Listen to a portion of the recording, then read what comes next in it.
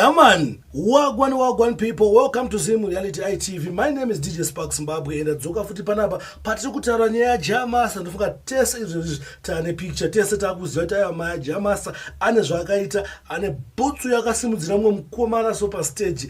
Saka izvi manje vanhu vakanga vachijamuka vanenge vachipopota and iye ari kuti I'm very sorry. Saka ndakuita panapa ndakuratidzai apology yemukomana tobva taiverenga tese tonatsoona kuti mukomana zveshuwa ari kurevesa here kana kuti angoti zvindibvewo. Saka isusu tana Sparks tiri maChristians takadzidziswa kuti se kuregererwa because tinozoda kuregererwawo takasiyana nevamwe vaya vanda se vasingadi kuregererwa. Saka tsamba yemukomana apology ndei yakanzi makadi ruzhinji rweZimbabwe ndinonyara kuya pano mangwanani ano nekuti ndakaita zvinonyadzisa ndakaita zvisingatarisirwe kubva chero kunani zvake.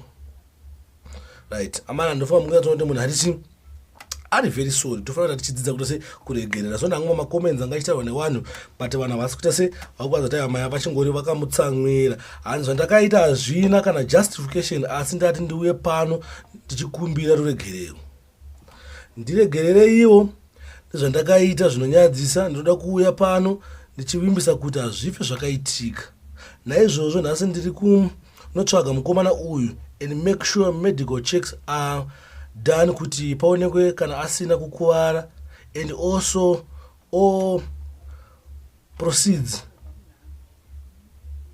opposite from the show will go to him as a compensation and all proceeds from the show will go to him as a compensation. Takataura naye after show and I apologize for my behavior handizive ndanga ndapindwa nei ndiregerewo mundipowo zuva rimwe kana maviri ekugadzirisa mhosva yangu iyi. Ndinotenda vose vari kunditsiura uyezve wese vari kuisa message inbox ikodzero yenyu nekuti zvandakaita izvi zvinhu zvisingatarisiri uye hazvina hunhu. Ndichadzoka pano neupdate kuti inenge yava papi nyaya iyi muve nezuva rakanaka.